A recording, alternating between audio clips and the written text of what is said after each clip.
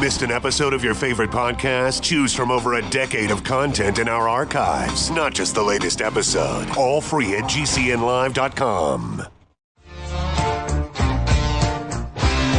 This is your call to action. Get prepared, America. Economy, survival, energy, disasters. This is USAPrepares.com. Informative radio, educational radio. Interact now by emailing instructor@USAPrepares.com or text at 434-390-7953. Class, please take your seats. Now, your instructor, Vincent Finelli. Here we go. Your dial is set correctly to USA Press. Thank you for being in class with us today. Brad is engineering the broadcast while Jason is getting set up. Thank you, Brad. Thank you, Jason. And if you'd like to call us, we'll pay for the call. 866-582-9933, 866-582-9933. Schedule for this week. Today it's Guineith. And Thursday, it's Rich Sheben. He's been passionate about the election fraud, and he's going to be with me tomorrow, Thursday. And Friday, it's Captain John Reagan. He's going to wipe that smile right off your face, as he always does. He's going to be sharing news and what's happening, and it will be riveting as always. And thank you, Captain John Reagan, for being with us on Friday. Today is Veterans Day. It was originally known as Armistice Day. It's a federal holiday, and it's observed annually. Today, November 11th, a day in which we honor all military veterans who were honorably discharged. Today is a day that coincides with other holidays, including Remembrance Day and Armistice Day, which is celebrated in other countries, and it marks the anniversary of the end of the First World War. And the major hostilities of World War I were formally ended on the 11th hour of the 11th day of the 11th month of 1918, when the armistice with Germany took effect. In 1954, at the urging of U.S. veteran organizations, Armistice Day was renamed Veterans Day. Veterans Day is different from Memorial Day. Veterans Day honors all veterans who were honorably in service. Memorial Day honors those who have died while in military service. Both are significant. Both are important. Thank you, veterans, for your service.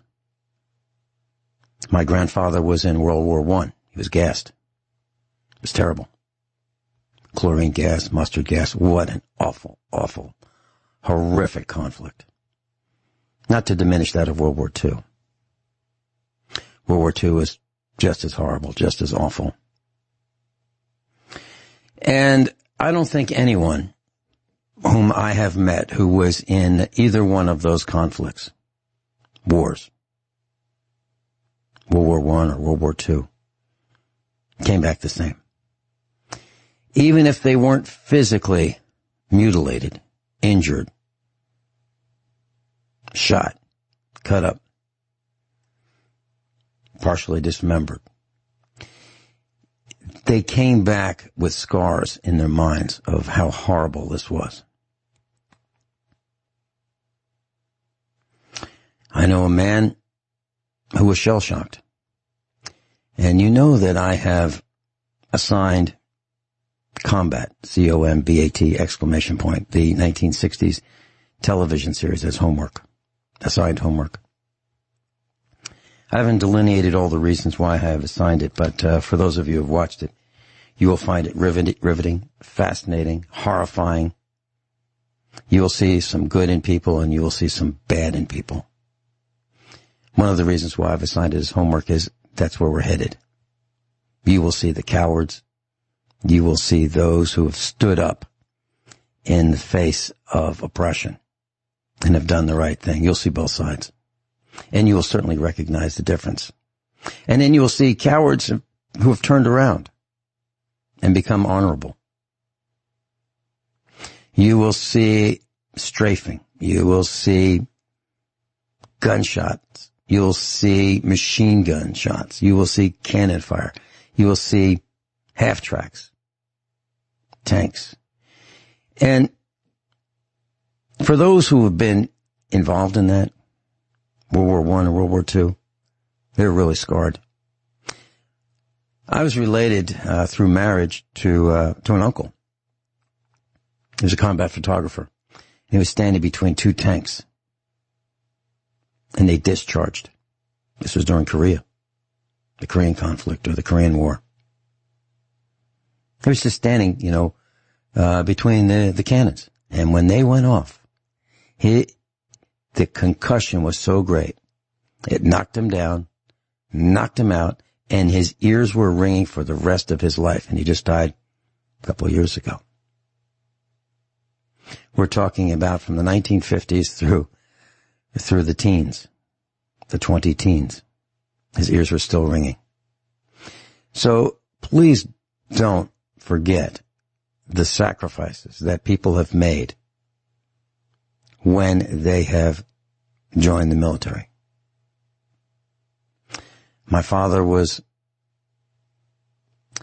in the Philippines,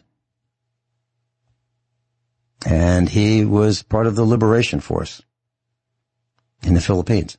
So was Captain John Reagan, his father. And our fathers might have known each other, but we don't know that because both have passed on. They were both there around the same time. And my father told me that you'll never, ever forget the smell of rotting flesh. He was involved in burying people. He was involved in putting hydrated lime on bodies. He was involved in warfare. He saw it. The flotilla of ships that he was on were strafed by the kamikazes. That would be, as he would refer to them, the Japs. I don't care if what people say. That's what they called them, Japs. As in Japan, or Japanese. That's what they called them. And if you watch McHale's Navy television show, that's what they called them. I'm not using it as a derogatory term. I'm just telling you that's what they called them. And they tried to kill my dad. And a lot of the servicemen that he was with. And they tried to sink our ships. And they attacked Pearl Harbor. And they started World War II. They did. The Japanese. In 1941, December 7th, 1941. What's known as an unprovoked attack on the U.S. naval harbor at Pearl Harbor, Hawaii, United States of America. They attacked us. And so a bunch of guys enlisted, my uncles enlisted in World War II to defend the United States. By the way, Germany, a few days later, I think 4 days later, declared war on the United States. So Japan attacked us, which started World War II, unannounced. And then Germany joined in 4 days later and declared war. So I had uncles on both sides of the war. I mean, not both sides of the war, both fronts. The European front and in Asia. Everyone came back scarred. To his dying day, my dad would wake up in the middle of the night screaming, "Get the gun, get the gun, get the gun." He'd look all around. He would be there fighting with his rifle. He'd be reliving it most days. Nightmares. My dad was tough. My dad was Italian, 6 feet tall, blonde hair, blue-eyed. He was an athlete, a track athlete. He could really run very quickly. He was in incredible physical shape. And yet, the scars of being strafed and bombed and machine gunned by airplanes when you're in the middle of the ocean and no place to go except jump off, which some of his fellow soldiers did while they were on fire. Ships were burning, sinking. The ships were on fire. There's no place to go. Explosions were imminent. And they jumped off into the sea. Some survived, some didn't. So those are the kind of scars that people have and experienced from World War II, and there are not many left from World War II.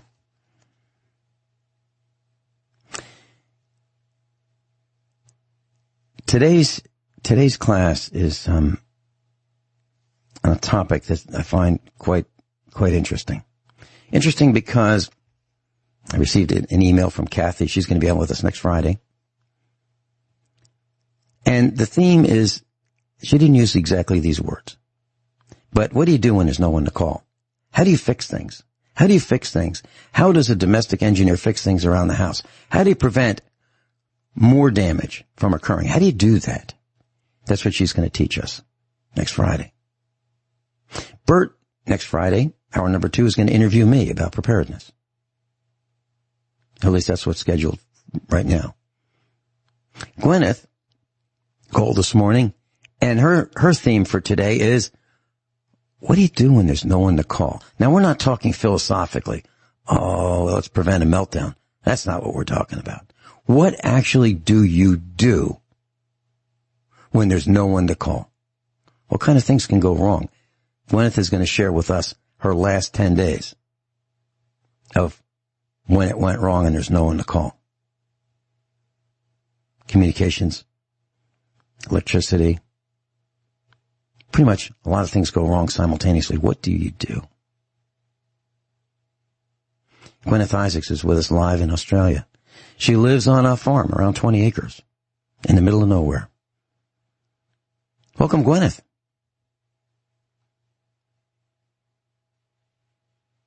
I think we've got to pot up, as in potentiometer, bring up her sound level. I don't hear Guineith, are you there? Hey, Guineith. Well, let's see. We'll try. Okay. Hey, Brett. Well, okay, so we don't have Guineith yet? Or we do? Okay, very good. Okay. So we're trying to get Guineith again. And so do you know anyone who has been at the receiving end of cannon fire? Who has been shell-shocked? I do. I know a man who's now deceased. He was at the receiving end of some of this horrific explosion after explosion after explosion from shells. It is terrifying. And you don't know if you go left, if you're going to be blown to bits, or if you stay where you are, if you're going to be blown to bits, or you don't know where to go. And it's all around you. And buildings are being blown to bits. Rubble's flying through the air. The noise is deafening. Guineith Isaacs is with us live in Australia. Welcome, Guineith. Hello, Vincent. How are you this morning? Very well on this Veterans Day, Armistice Day, and Remembrance Day throughout many countries in the world. Guineith, did you hear what I had to say, or were you disconnected at the time, first segment, about when I was talking about the veterans? I heard what you had to say about, here in Australia we call it Remembrance Day, because of course our soldiers were over there fighting the good fight as well. And what people have to remember is that both the Kaiser's army, Kaiser Wilhelm was, he was quite a brutal man. He was even brutal to his own people. And I'm sure there were beefs on each side with World War I. But World War II, Hitler was absolutely pure evil. And I don't think there's any historian on the earth that would, seriously consider the fact that would seriously think that Hitler was a good man. He was not a good man. Okay? And he needed to be gone to war against, and he needed to be defeated. And I think the only shame of it was that so many really awful comrades or, friends of his were given political asylum in the US after World War II, which has led to a lot of our current problems. But anyway, this is all mainline history. If anyone wants to research it, they can certainly do so. It was a truly awful time. And I knew people who were there was one man in particular. He was very, very old. When I was a teenager, he was very old. He would have been in his 90s. And I'll call him Dudley. And he was extremely old, and he was blind. And he was a British officer in both World War I and World War II. And he lived next door, and he used to come across to Mum's place at 4 p.m. every day, and he'd say, "Hello, Mum. I don't suppose you could be making me a cup of tea?" And Mum would say, "Of course, old Dudley. You just sit across there. I'll make you a cup of tea." And every day at 4 p.m. he would have a cup of tea with my mum and I. And Dad would show up for afternoon tea if he was there as well. So afternoon tea was a little bit of a tradition at our place. But he had shell shock, and he would. They used to have a midday siren in Rotorua, which was the old air raid siren, and it was the signal for all the shops and offices to close, and everybody would head out to the parks with their sandwiches and their tea thermoses, and they would fill up the pubs and clubs and restaurants, and they would spend an hour having lunch. And there would be no shops and no offices open for the whole hour. Everybody would go to lunch. I don't think anybody does that today. But this was how it was during the day and this was only during the 1980s at Rotorua in New Zealand. And you couldn't get anything done during lunch hour. Don't try and get your banking done or anything. There's going to be no tellers there. The banks will all be shut for a whole hour. But the midday siren was the air raid siren, and if he happened to be in town, he would literally jump under one of the tables, and he would, he would go into a state of utter panic and shock. And I believe that was shell shock from when he was a British officer. I think he might have had a few close calls, and I'll tell you actually a story. I've never been in a war zone, okay? But I have been in wars at various times with the authorities here, or so-called authorities here in Australia. And it was mostly with regard to keeping myself and my children safe. So going to war against child protection and going to war against police that were protecting pedophiles and this sort of thing. And I don't mean a shooting war. I mean a legal war, okay? A war in the law court. And a war... We'll be right back. We'll be right back. Guineith Isaacs is with us. Class, I want to share something that might shed some light on this. Talking about the horrors of war. And I mentioned that my dad served in the Pacific, and he saw the horrors of war. And I wasn't able to put these pieces together until I was quite a bit older. And so my dad would have these nightmares, and I didn't know about this. I did not know about this until the last 10 years of my dad's life. my mom and dad kept this from me. Well, what happened, I mentioned before, my dad was a teacher. He was a teaching principal. Imagine that, being a teacher and a principal at the same time. And then he was a principal, and then he was an acting superintendent. Well, he would have these horrific nightmares. And he would fall out of bed. He'd say, "Get the gun, get the gun." I mean, he was reliving combat, protecting his life and the life of those around him. He'd fall out of bed and do a swan dive right in his face, right on the hardwood floor. And he'd be black and blue in his face. And he'd go to work, and the other teachers would look at him and say, "Who'd you get in a fight with?" How do you explain that? How do you explain that you didn't go out on a bender and not do a swan dive, Monday morning, and not do a swan dive on the pavement, or get in a brawl? How do you defend that? How do you say, "Well, I just had a nightmare"? How do you defend that? You can't. So he lived with this, and he couldn't fix it, and he was not on meds. He wasn't on those mind-altering meds that so many people are on today. They call it PTSD today.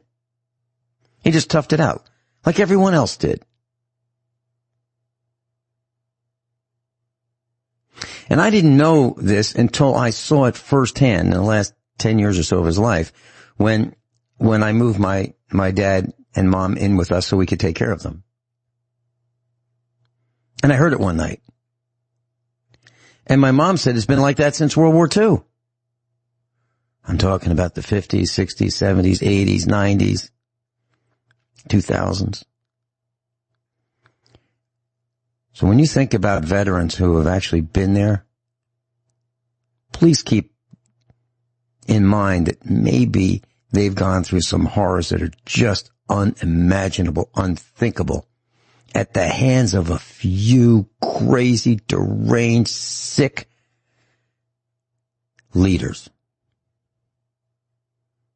And what really should have happened is the GIs should have gone to Berlin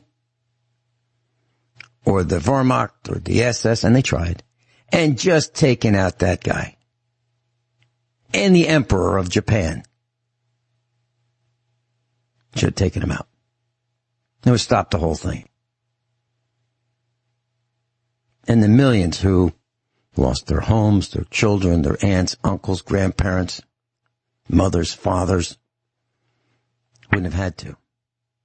And if you watch Combat, COMBAT, which I've assigned as homework, the television series, COMBAT !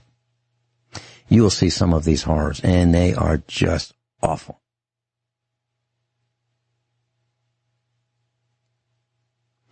Guineith, so you remember Dudley, and Dudley was a shell-shocked man, in your opinion. Yes. And do you think... In my humble opinion, because, if that air raid siren went off and he was in town with his son, he would literally dive under a restaurant table. And it would all come back to him because he heard that siren. And everybody here knows the siren that I'm talking about. That one. Anybody, maybe the younger generation don't, unless they listen to the Alex Jones show. He plays it from time to time just to remind people what it sounds like, because I don't think that a lot of people of the younger generation have ever heard one. But it's a very distinctive sound, and if you ever hear one, you will never ever forget it. It's a very, very unforgettable sound, and apparently it was a very common PTSD or shell shock trigger back in the day, because for a lot of people it was the sound that they heard immediately before their whole life was destroyed. Yeah, that's how it was. But what I'm saying also is that PTSD is a real problem for a lot of people today, simply through what the government has done to them in so-called peacetime, because the government's been at war with we the people since at least the 1980s and 1990s. I would say that since the Bush crime family and the Clinton crime family came into power, they have been at war with we the people. And they have used the Child Protective Services to bust up families and provide children for the pedophile cartels.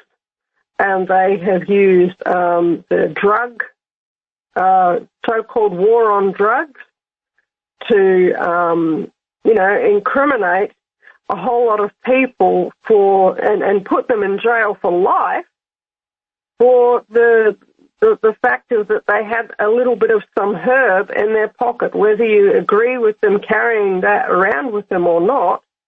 I don't think that it justifies putting somebody in prison for the rest of their life, and leaving children fatherless or motherless, and destroying whole families. That certainly doesn't justify. Oh, and by the way, the woman who did all that, her name was called Kamala Harris. And guess who she is? She is Joe Biden's running mate. So if you think this is all over, this has just begun, because the woman who put in the zero tolerance policy that locked people up for 20 and 30 years for having an ounce of hemp in their pocket, that woman is going to be the vice president probably very soon. And given the fact that Joe, what's-his-face, is a doddery old man who has Alzheimer's, that she's probably going to be the president within 6 months to a year, if that. Maybe they'll just, slip something into good old Joe's drink, and then, then she'll just say, oh, yes, well, now he's dead, and I'm the vice president. I'm now the president. I'm not suggesting anything. I'm just saying this is how these people think, and this is how these people operate. They're quite ruthless, even with their own people. So, with regards to PTSD, I think that it is actually, I'm not a psychologist, I'm not a psychiatrist, but I have had a chance to have a good old think about how the mind works. And I think that it's actually a set of survival responses, and in my humble opinion, should not be classified as a mental illness.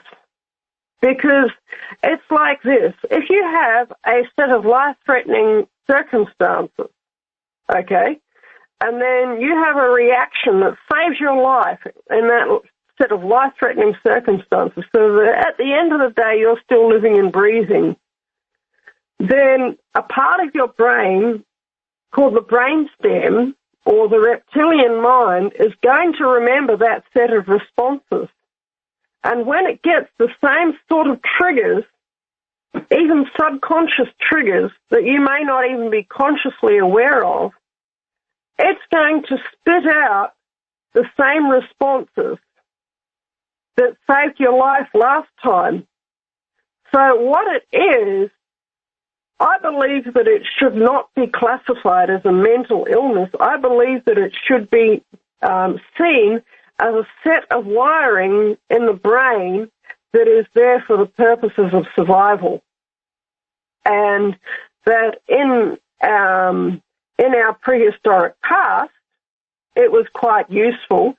In our historic past, it was quite useful, and it has actually saved people's lives of having those instinctive responses to threat stimuli, let's just call them, where the person responds without thinking to a set of stimulus in a way that saves their life, whether that is jumping under the table or whether it is something like flipping out when you see, a guy with slanty eyes with a machine gun trained on you. Okay? That's just saying that's how it was back in the day, and these things are triggers for people with PTSD or shell shock. And I think that if people understand this about shell shock or PTSD, then they will be able to respond to their own set of PTSD triggers with a lot more clarity, okay, to just slow themselves down for half a second and to maybe moderate their responses. Because I have my own set of triggers. When I see a police car, I get a PTSD response to that police car because I have had so many adverse situations where those people have flat out threatened my life.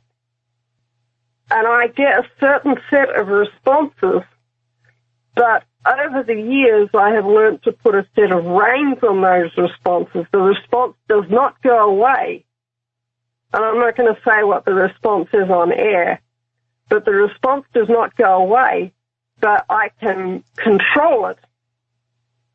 And, yeah, that's what people have to do, because I can't take any of these drugs because I don't want to take any of these drugs.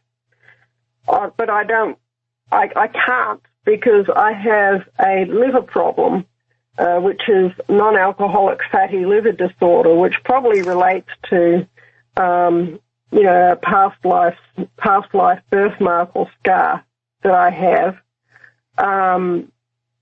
But, you've got to learn to deal with this in your life just in order to function, or it will take over. And then you'll be unable to function, and then you're no use to anybody. Does that make sense, Vincent? Yeah, and when we come back, I've got some comments about some of the things that you've said. Guineith Isaacs is with us live in Australia. She's in the dark right now. It's nighttime. And no lights, no computer. I had a couple quick comments. One is I wanted to thank you, Guineith, for last week's class. You were asked if you would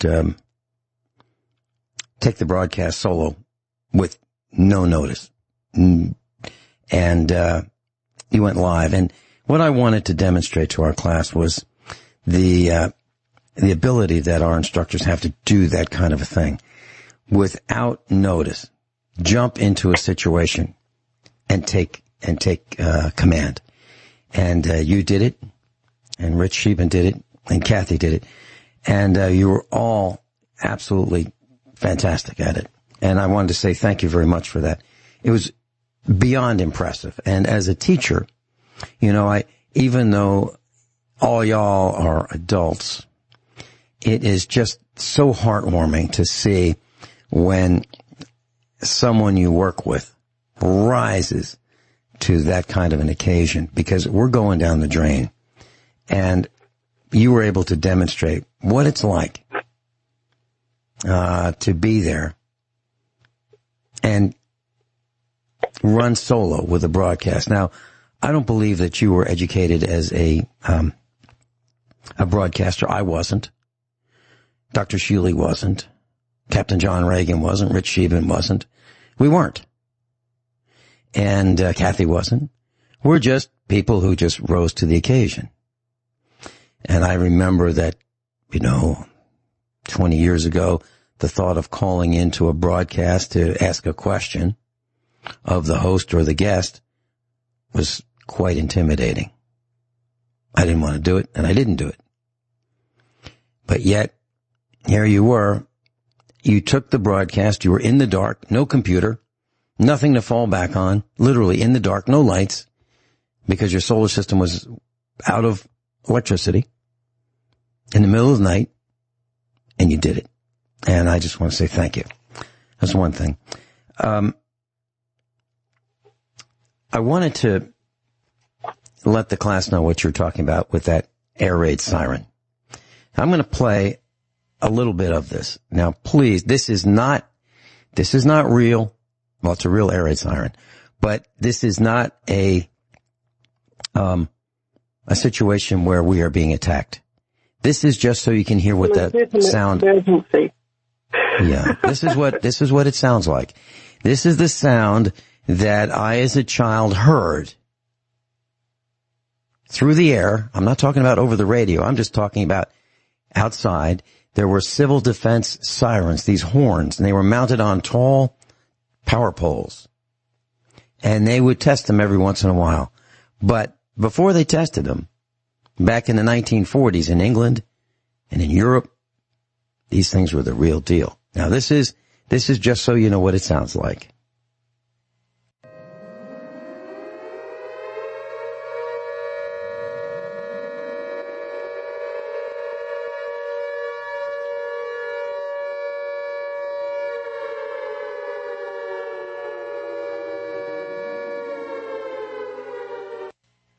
Okay, that was it. So, Gwyneth, did you hear that okay? Yep. Is that the sound you were talking? I'm very familiar with that sound. Yeah, they used to play it every midday at Rotorua in New Zealand, all through my childhood. And I didn't hear it when I was at home because we lived in the suburbs, and so it was some kilometres away. But, if I happened to be in town and it happened to be noon, the air raid siren would go off at exactly noon every single day, and it was on top of the post office. So, I think that might have had something to do with it, because that's, post offices, people think, post office, but the post office is the main centre of government logistics. And in times of war, the postal machinery can be very quickly and very easily converted from carrying letters to carrying missiles and carrying firearms, for the army. And that's one reason often why the post office is a centre of interest when a foreign power wants to take over a nation. So okay, I don't think that's any big secret. Well, I don't think it's as widely understood as you just made it. And here in our little hamlet in Nowhere, Missouri, the United States Postal Service, which is a quasi public-private organization, probably just a private corporation with oversight from the federal government, they wanted to close a bunch of post offices. And they were having meetings years ago here in our little hamlet. And they were going to tell us how it was going to be. And I went there and I exposed these guys, and I believe I actually frightened them, because I told them I was going to go on the air and name who they were. If they thought they were going to close our post office, I was going to name who they were, where they lived, and you know what? They didn't close our post office. They didn't. Because I told them it was the center. We don't have anything in this village, and this is the center of it, and you want to take this away? Oh, no, not without a fight. That's what we did. And they were terrified. I made them turn their badges around so we could see them. Hour number 2 of USA Prepares.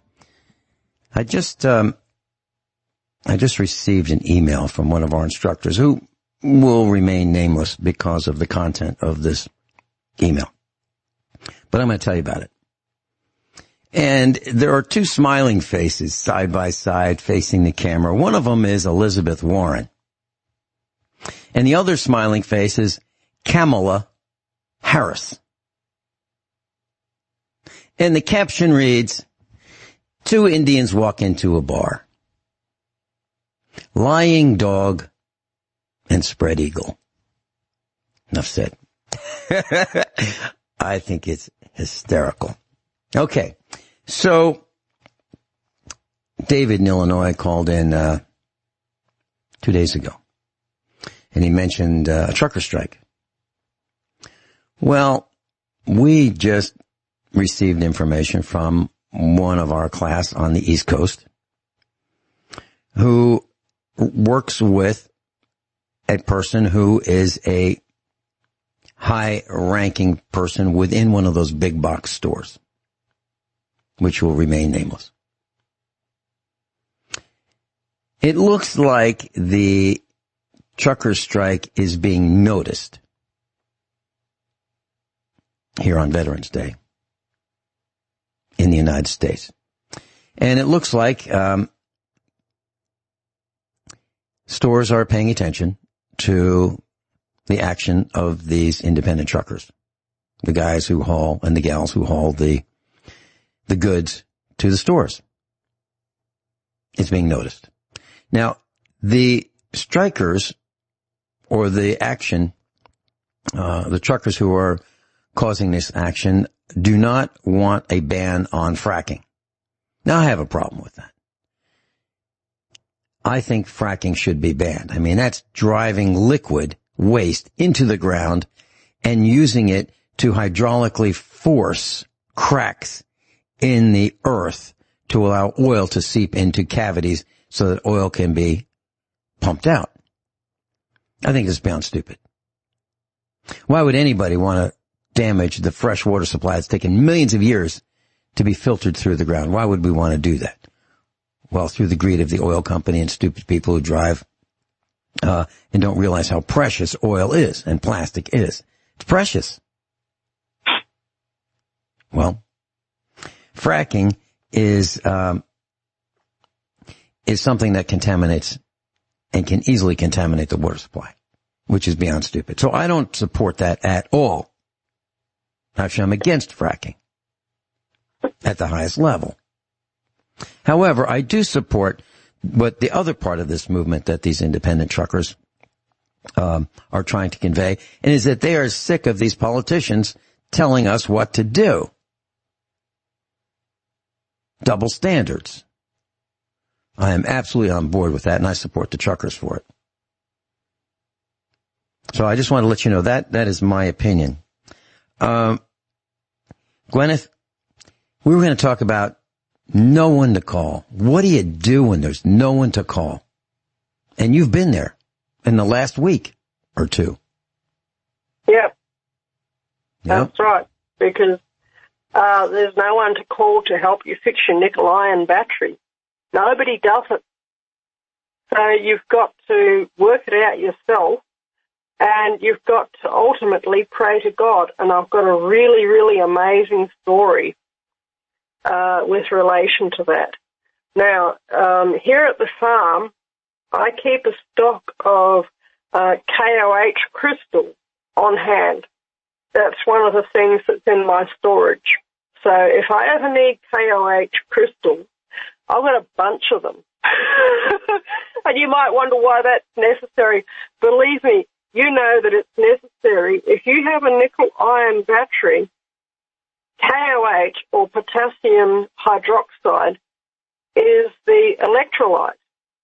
And you get the crystals and you weigh them out a certain amount, and you put a certain amount of these crystals into a certain volume of water, and it makes the electrolyte.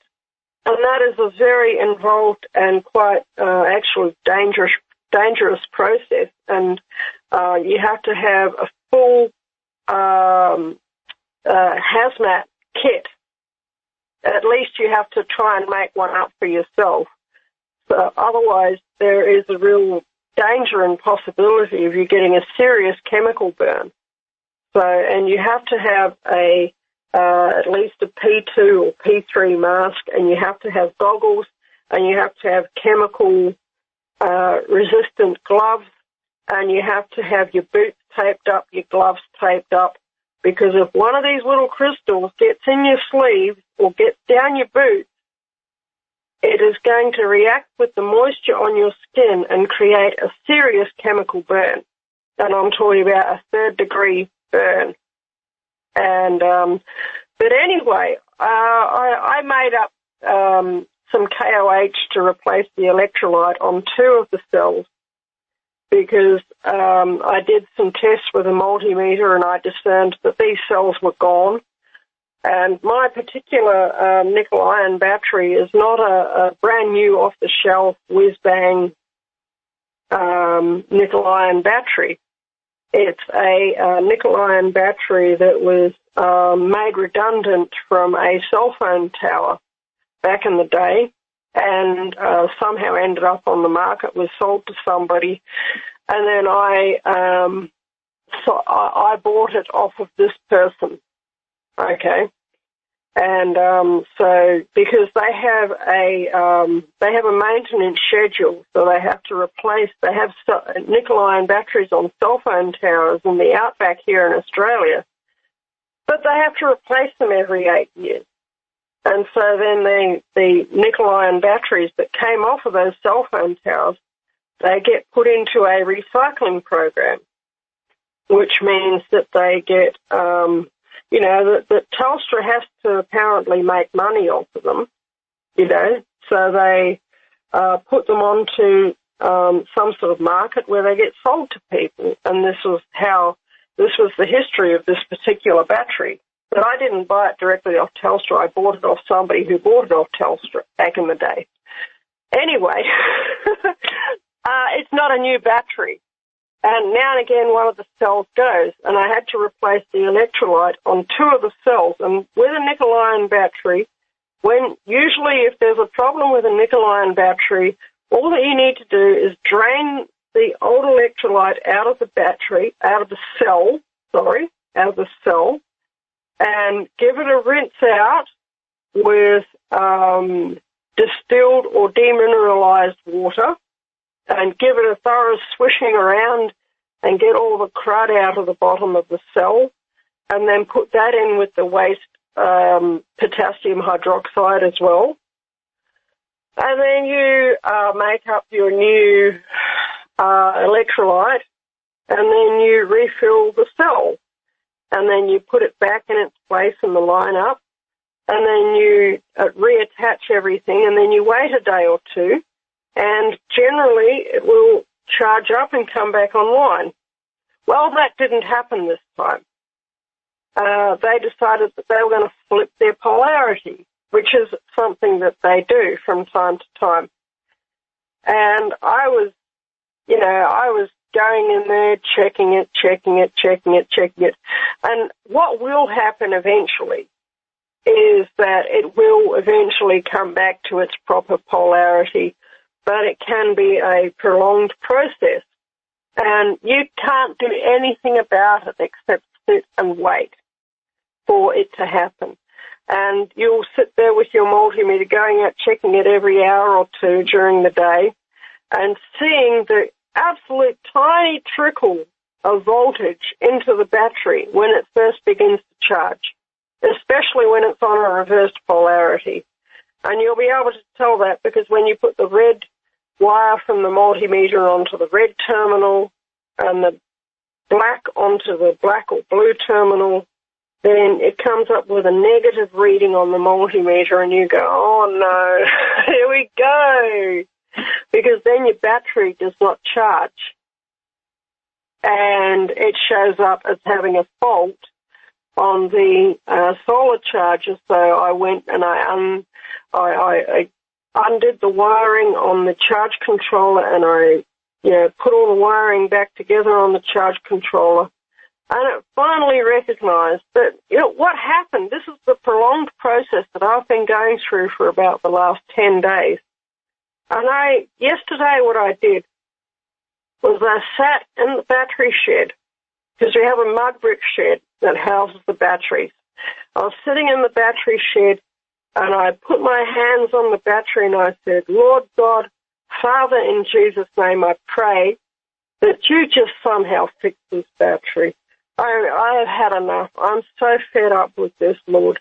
Please just help me fix it. Please do a miracle, God. Do a miracle and fix my battery. Father, in Jesus' name, I pray. And then I forgot about it. I kept on going in, and I kept on checking it. Well, today we had a thunderstorm come through. And, there was cloud activity with sheet lightning in the clouds and forked lightning in the clouds.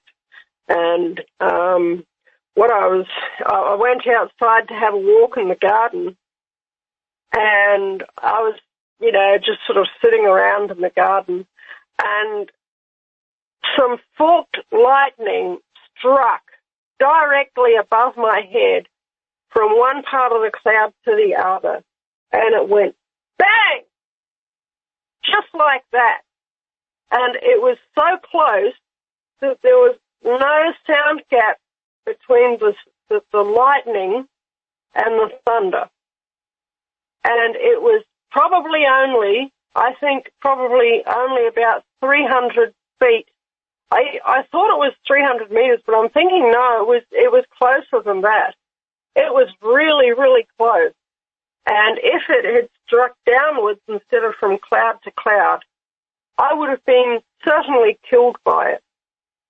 But God is so good, because that flash of thunder and lightning was so close to the battery shed, it sent out an EMP that reset the battery in my battery. And immediately after that, after I stopped screaming, because something like that, it gives you an instantaneous shock, and all you can do is scream. And when I stopped screaming and calmed myself, I felt the voice of the Holy Spirit inside me said, now go and check your battery. So I said, wow. So I went and checked my battery, and the polarity was fine, and it was charging as normal. And that's a miracle of God. I give God the glory for that. He answered my prayer. I've got a few comments about that when we come back. And very interesting what you're saying. And those batteries do flip, or those cells do flip polarity. We'll talk about that when we come back. Guineith had a couple comments. One, about a week ago, I believe it was, I was unavailable, and you'd called the farmhouse, and Mrs. Finelli was here, and you explained the situation with the cells of your battery, 1 or 2 reversing polarity. So, class, let me just explain what this is. So, with a nickel iron battery bank, there are multiple cells, and think of each cell as a separate. If you were looking at a car battery, that would be one cell. So if you have a 12-volt system, you would have 10 of these nickel-iron cells. And they would be in series, one connected to the next, to the next, to the next. So you take the negative of one, connect it to the positive of the next one, and then negative, positive, and you put them in a series. And if you add up 10 of them at 1.2 volts each, that's 12 volts. So that's how these things work. And so you can have 10 of them, 20 of them, 30, 40 of them. So if you have 10, that's 12 volts. If you have 20, that's 24 volts. If you have 30, that's 36 volts. If you have 40, that's 48 volts. Okay. Now, sometimes these silly things will flip their polarity. And think of it like a dry cell in a flashlight. So you know which end is plus and you know which end is minus. And then all of a sudden, minus becomes plus and plus becomes minus. And you go, what? It just happens, okay? And I believe Guineith called about a week ago, and Mrs. Finelli answered the phone. And I believe Mrs. Finelli said to you, okay, take one that flipped and move it to a different location in the string. So let's say it's number 1 in the string of cells. Move it to position 2, 3, 4, 5, something like that. Or if it's in the middle, put it first. But don't change the polarity. So go by what the cell says rather than what the cell reads.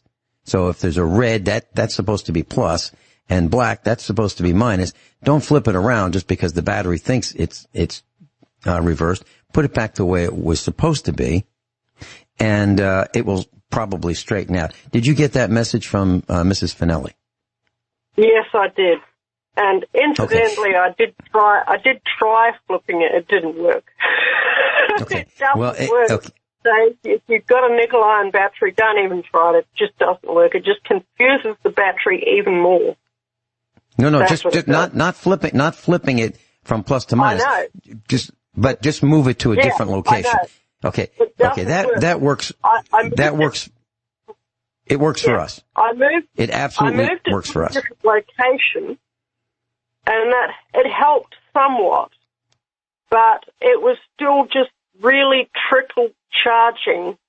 And what I ended up doing was there were 3 cells that were in different locations within the battery that were all flipped onto a negative polarity. So I moved them all together so that they were all in series in the middle of the cell.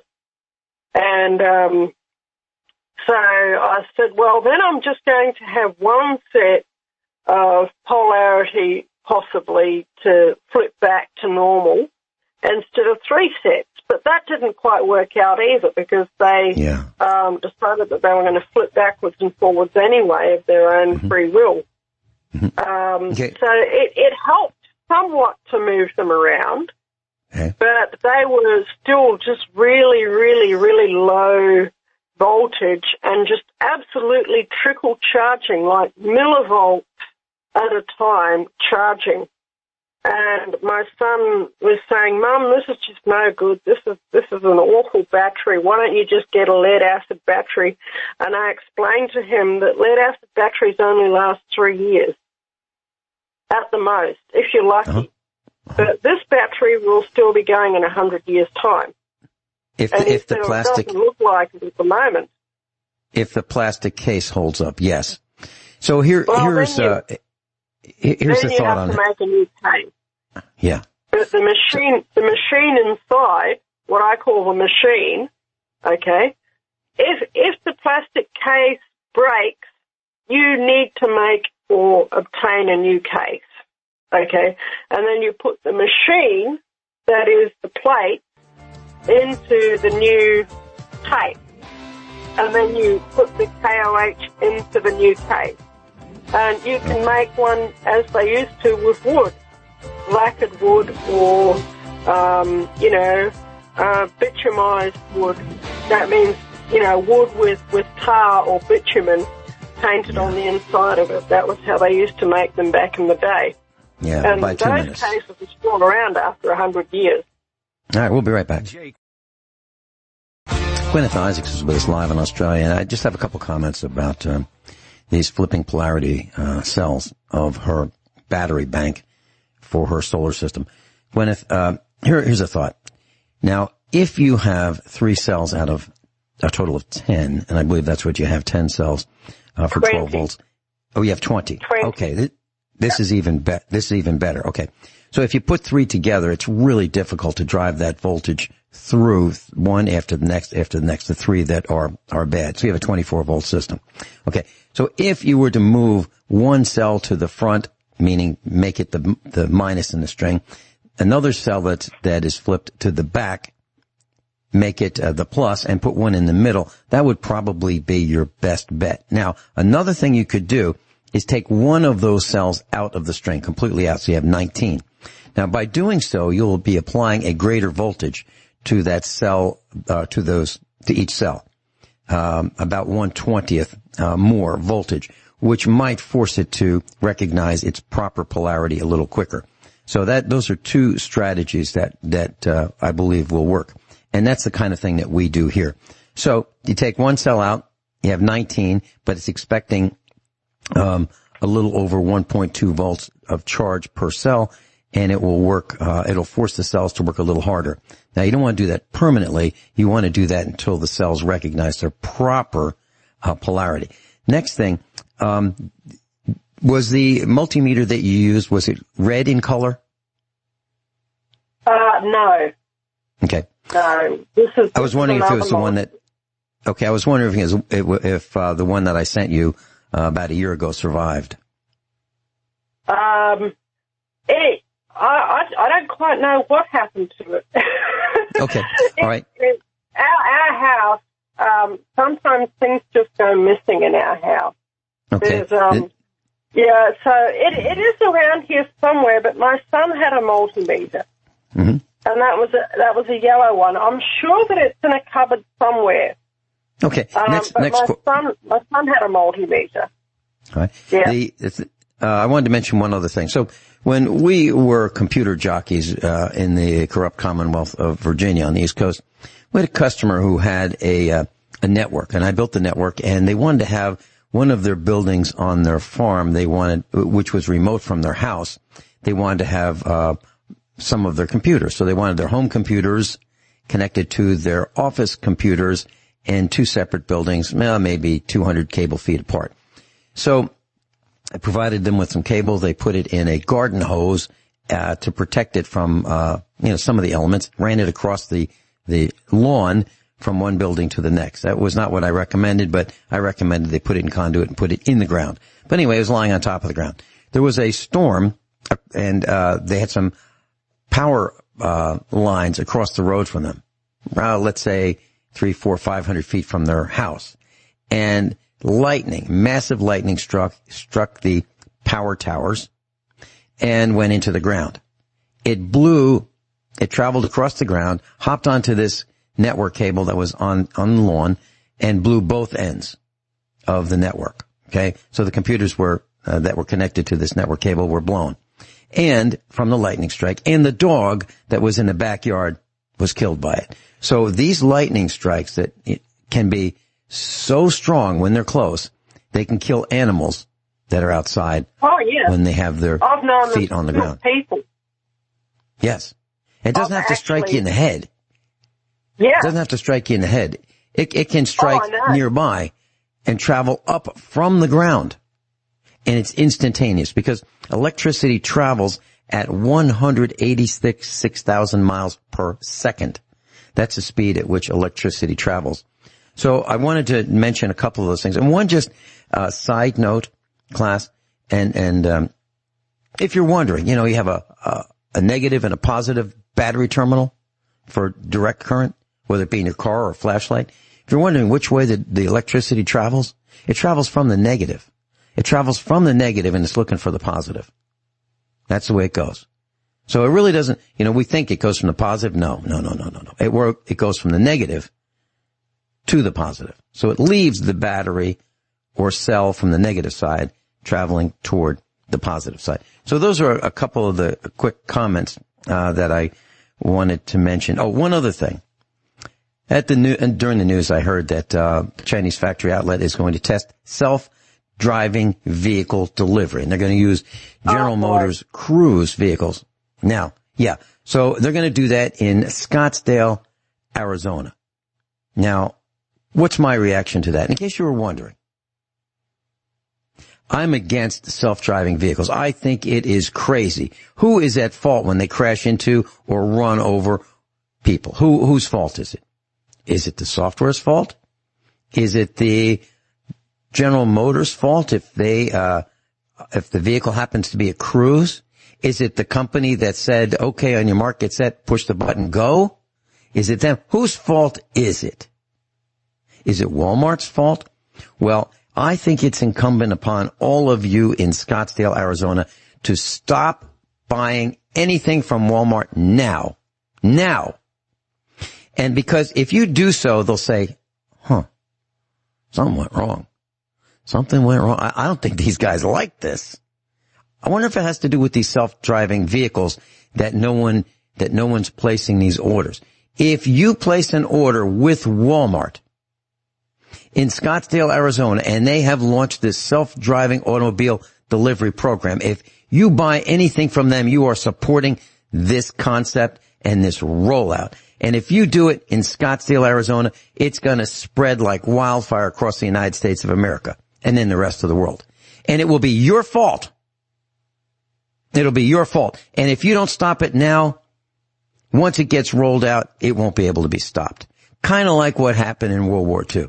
Round up a few people, put them in concentration camps. Oh, this is working pretty good. Let's round up a few more. Let's round up a few more. Let's round up a few more. Now you can't stop it. You stop it in the beginning. In the beginning. I wonder what would happen if a bunch of you in Scottsdale, Arizona just got in your vehicles and just started driving around Walmart's parking lot. Just drive around, go from point A to point B in the parking lot. Just drive around. Nothing in particular, no route, just drive around and tie up their parking lots. I wonder what Walmart would think about that. I wonder. It's incumbent upon you to stop I'm not talking about with violence, stop this rollout of this ridiculous concept of unmanned, unwomaned, driverless vehicles that are run by satellites and remote control. There's a story about this woman who worked at a factory in the United States. They stamp out parts for Kias and I think Hyundais. And a sensor went wrong.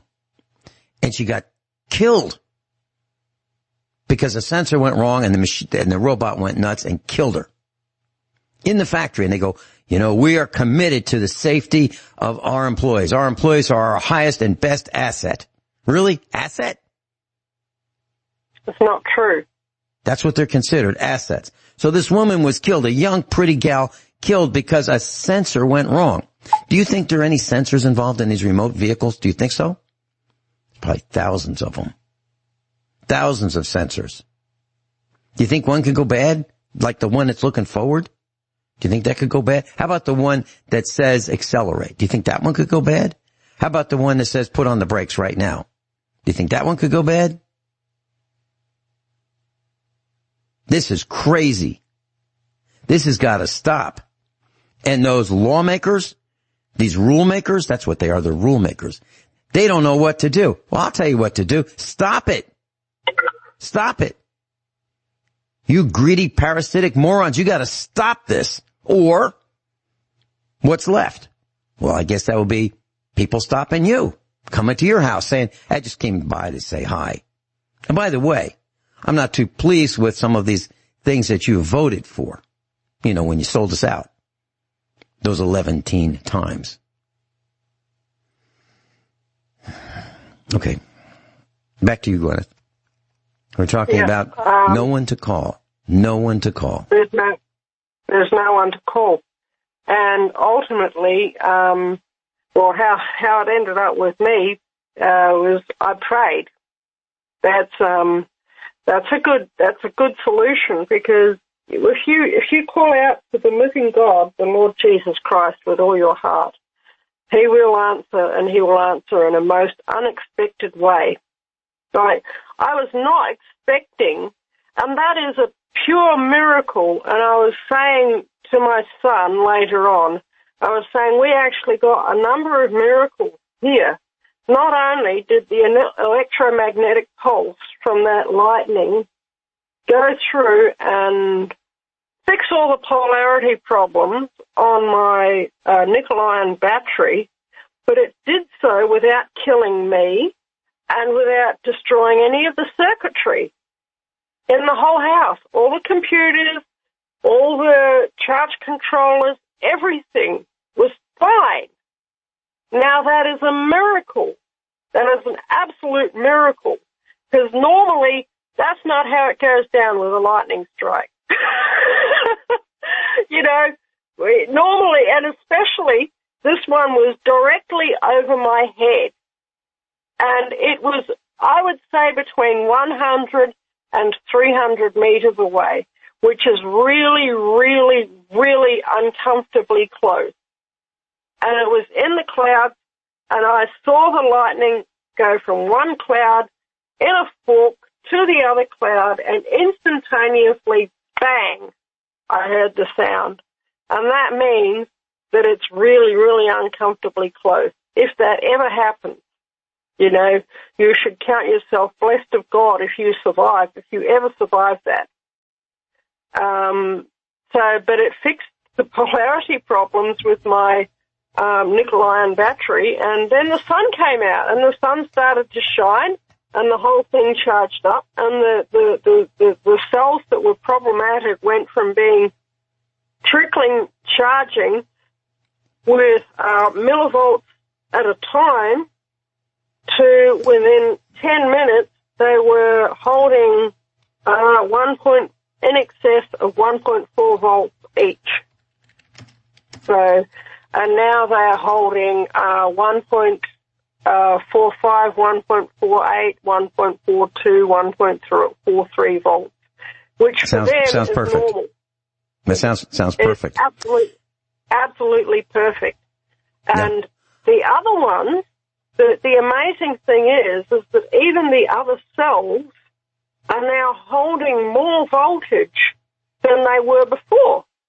So the ones that were holding 1.32, 1.33 are now holding 1.38 and 1.39.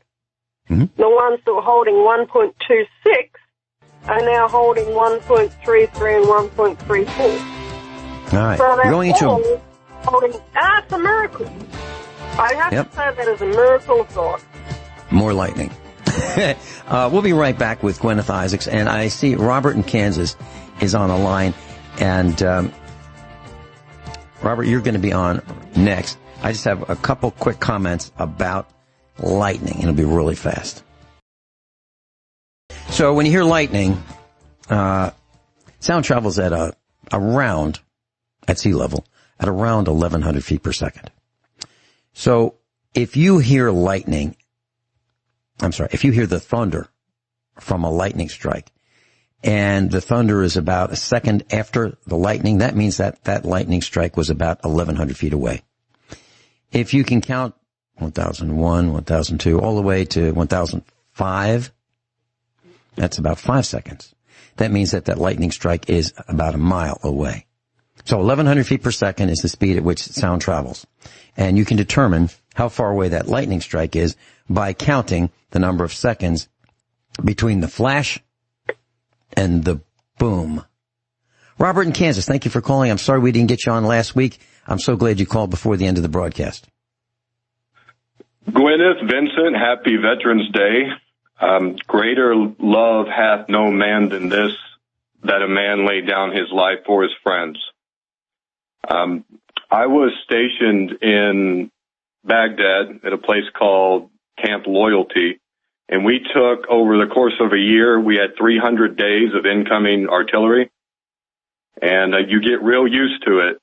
And you guys were talking about the sounds of things, the air raid. And I can tell you what, when you hear an air raid, that's a good thing. What you don't want to hear is what we call the whistle. Because the whistle means the air raid siren didn't go off and it's coming in and you don't know where it's going to land. One landed about 15 feet from me. I took shrapnel in my foot and my arm. The investigation afterwards, they came and spoke to me and said, we don't know how you're alive.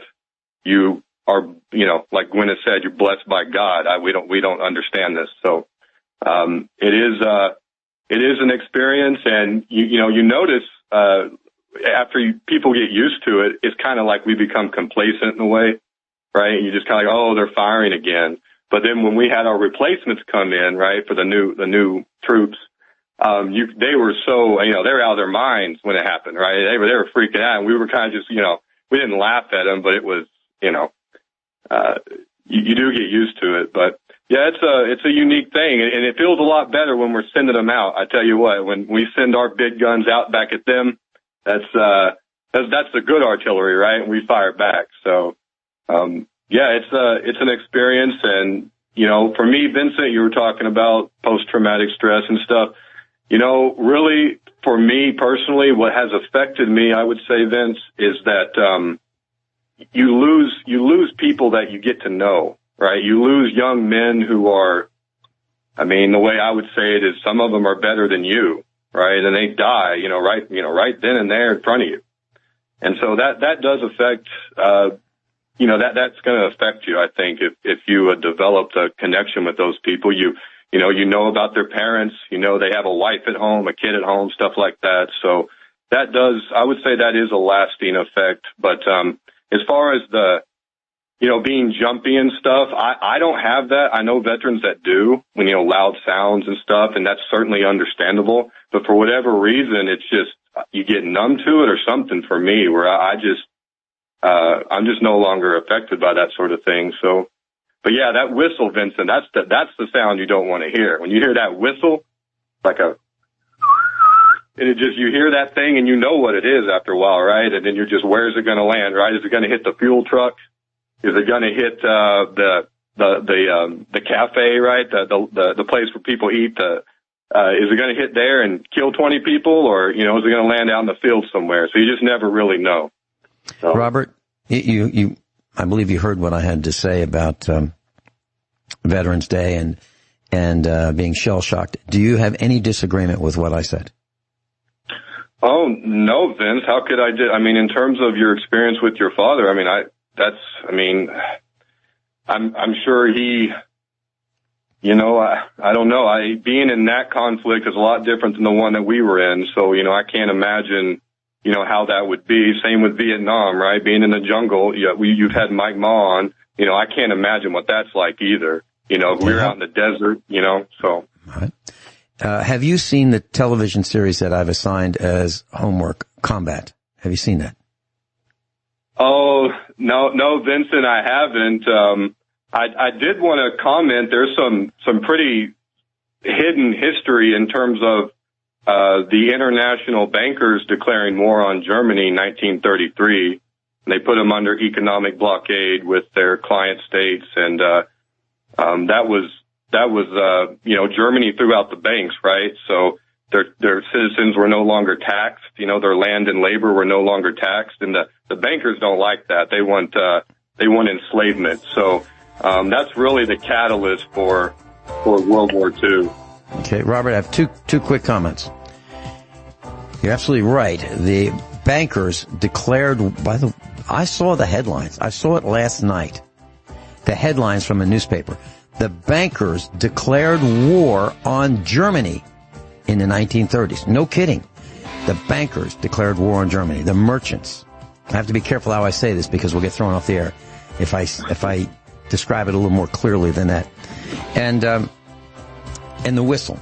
If you watch Combat, you'll hear the whistle. You will hear that whistle that Robert talked about. Incoming rounds. Guineith, thank you so much, Robert. Thank you.